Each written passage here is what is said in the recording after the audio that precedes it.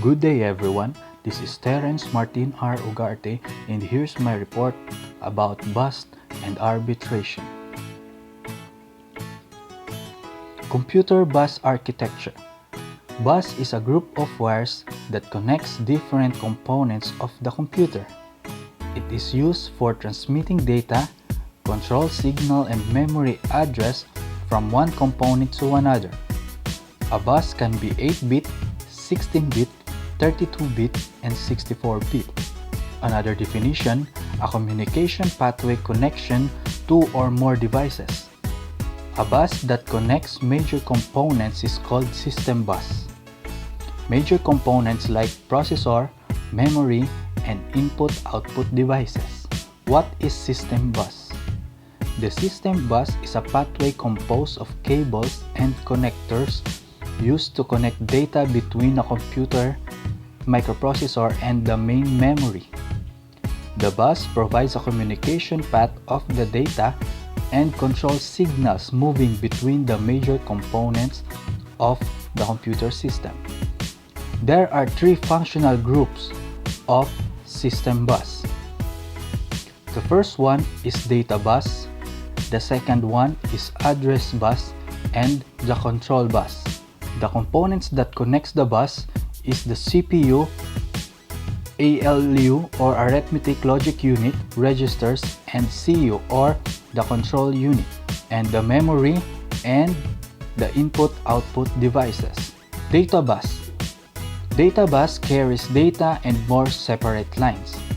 It consists of 8, 32, 64, and so on. The number of lines referred as width of data bus. Each line carries 1 bit. Address bus. Address bus is a collection of wires used to identify particular location in main memory. It is used to identify the source of destination of data. The bus width determines max memory capacity of the system. Last, the control bus.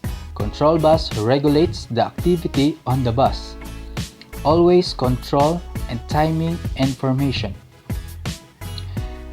Carries signals that reports the status of various devices like memory read, memory write, I/O read, I/O write. Bus arbitration. What is bus arbitration? Bus arbitration refers to the process by which the current bus master accesses and then leaves the control of the bus and passes it to another bus requesting processor unit.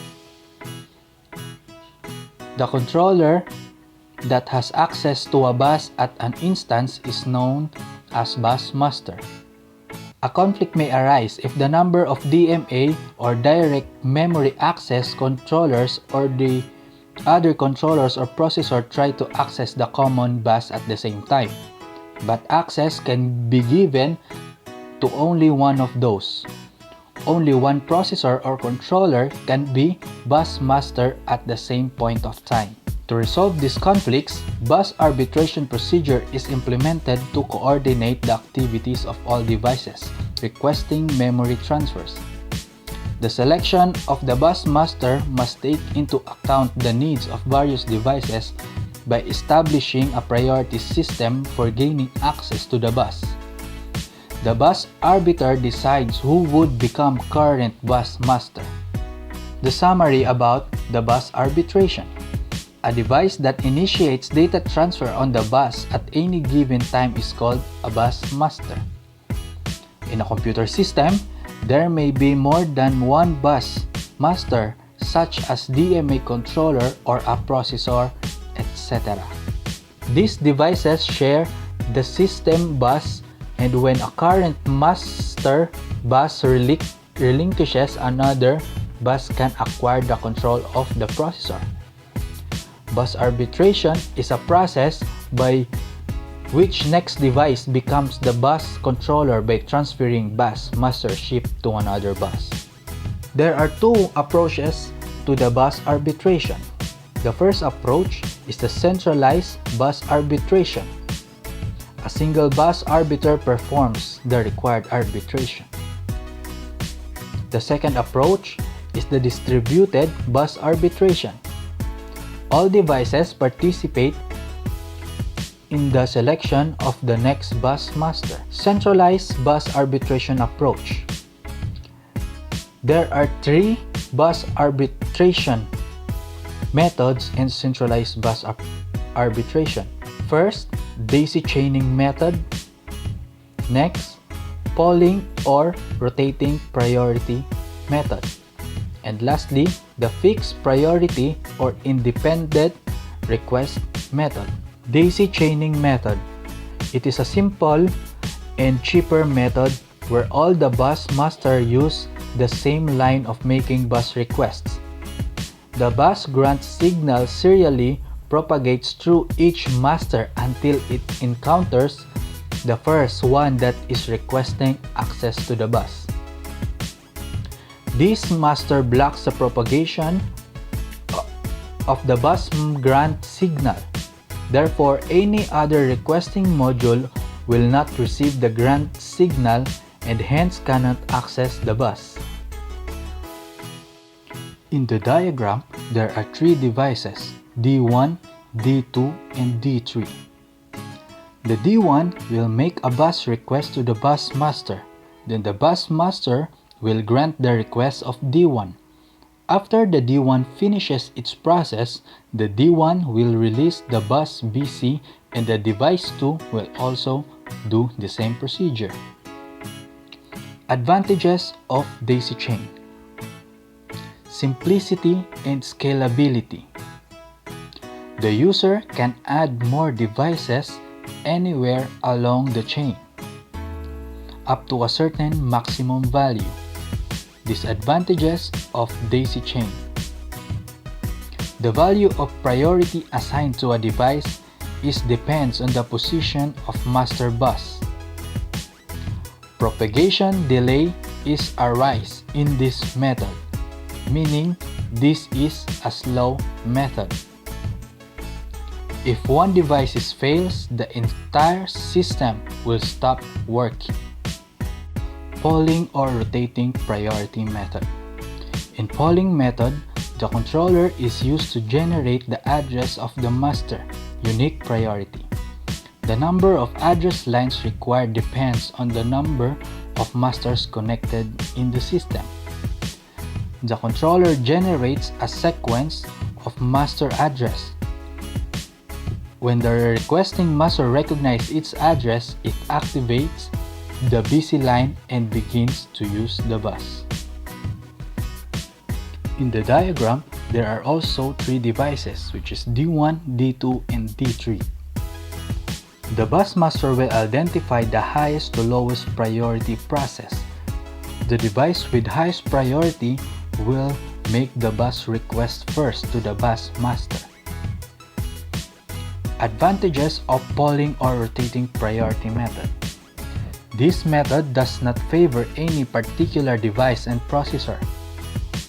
The method is also quite simple, like daisy chain. If one device fails, then entire system will not stop working. Disadvantages. Adding bus master is difficult as increases the number of address lines of the circuit. The third method, fixed priority or independent request method. In this, each master has a separate pair of bus request and bus grant lines, and each pair has a priority assigned to it. The built-in priority decoder within the controller selects the highest priority request and asserts the corresponding bus grant signal. In the diagram, device 1 will automatically request to the bus master and automatically also grant its request. So the device 2 and 3 will also do the same process. Advantage of fixed priority method. This method generates fast response.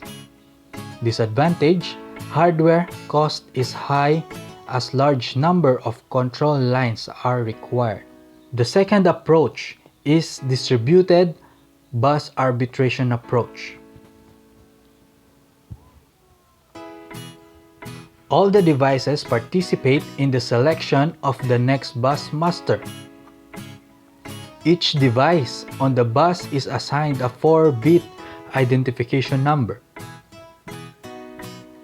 When one or more devices request control of the bus, they assert the start arbitration signal and place their 4-bit identification numbers on arbitration lines.